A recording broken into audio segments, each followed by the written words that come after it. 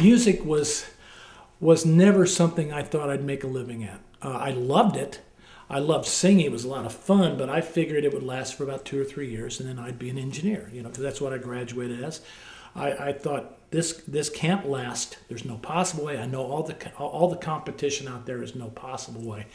So I was going to write it for as long as I could, and then when it collapsed, I was going to, you know, get a real job and you know, live the quote American dream. Well, apparently the American dream for me was music, so I've been, you know, very blessed, even through the hard times, even through transferring from R.A.Z to my Petra days. So it's been quite the ride. I still can't figure out why I've been allowed to have this kind of life. Before we got married, I told my wife I was going to be a rock star, and I told my engineering professors that I was going to be a rock star.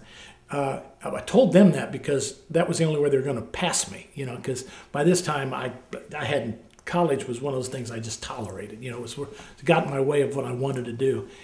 And so I actually remember promising a professor I would not be an engineer. I promise you I won't be a professor, just raise my grade up one step. And he did, and I graduated and had full intentions of, by this time I saw R.A.Z really starting to cook. And I saw a vision. I said, man, it's going to happen. And so I was totally honest when I said I'd never do that. I was going to be in music, and that was it. I know I'm contradicting what I said before, but when I said I was going to be in music, I figured for 5 years and I was going to be a millionaire. I was going to make it be a millionaire. Guys, if you want to be a millionaire, don't be a musician. Be a stockbroker or something, okay? But anyway, it was very interesting, very interesting. Well, I got hooked up with drugs and booze. I came from a little town, didn't think any of that kind of thing would happen. Just totally promised myself I wouldn't fall for that. I was just going to go play great music and have fun with the crowd.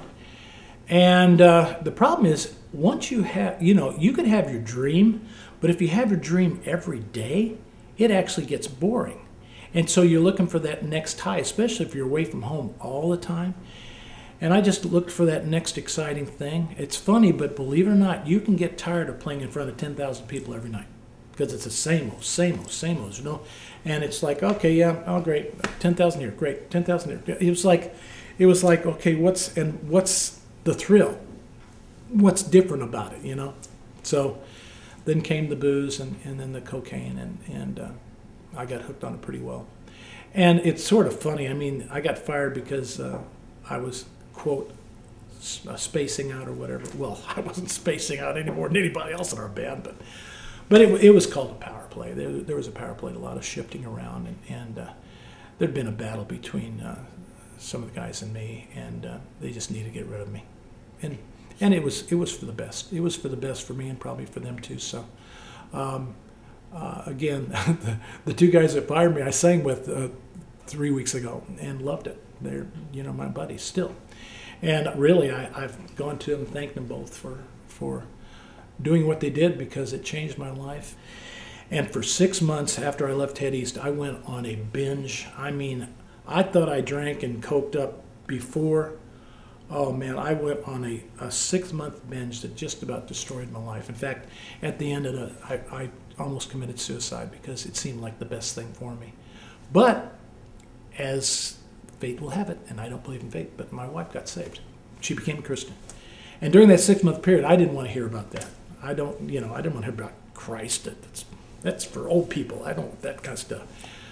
But at that time period, when you're sitting there thinking, okay, how are you going to end your life? And your wife comes and taps you on the back and says, remember, you promised you'd come and talk to my pastor. And I said, when? Last night when you were drunk. So I did. I went and talked to the pastor with no intention of changing my way. You know, I figured that I went for her to remember that I tried. I knew how I was going to end my life, and walked out of there a Christian. Changed my world. Changed my world, and I've never been the same since.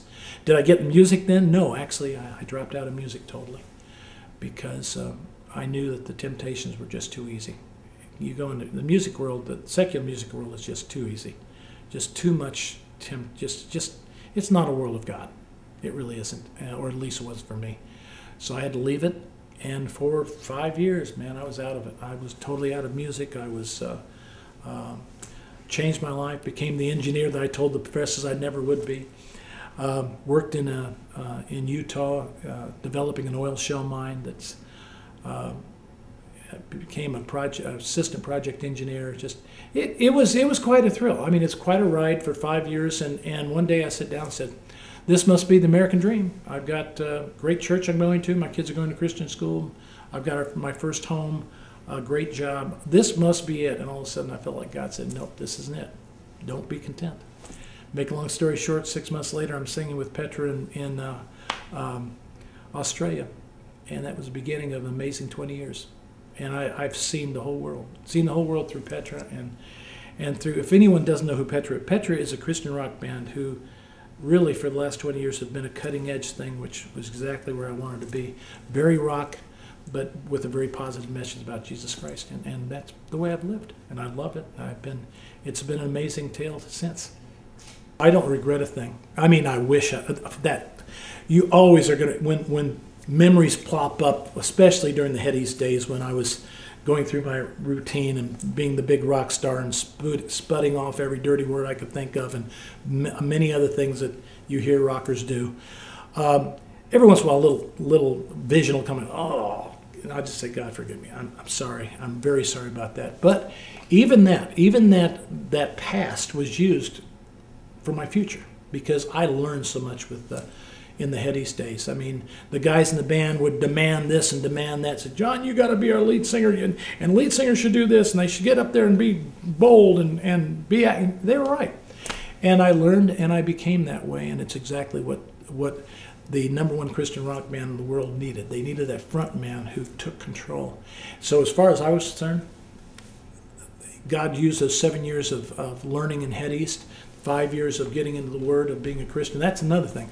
I did not get back on the road right off after becoming a Christian. If I had, I'd have been eaten up, because being part of a Christian rock band is very demanding, and you have to really believe in what you're talking about, singing about, and standing for, or you just get eaten up in a heartbeat. So it was a beautiful thing. I mean, God used the last 12 years of my life to put me in a position where I've never regretted a minute of it. God's an amazing God, and I'm not here to preach, but I'll tell you what: if you're hunting, if you're searching, if you're hungry, go my direction. Find Christ, find a Christian. Say, "What's this all about?" Because it makes a difference.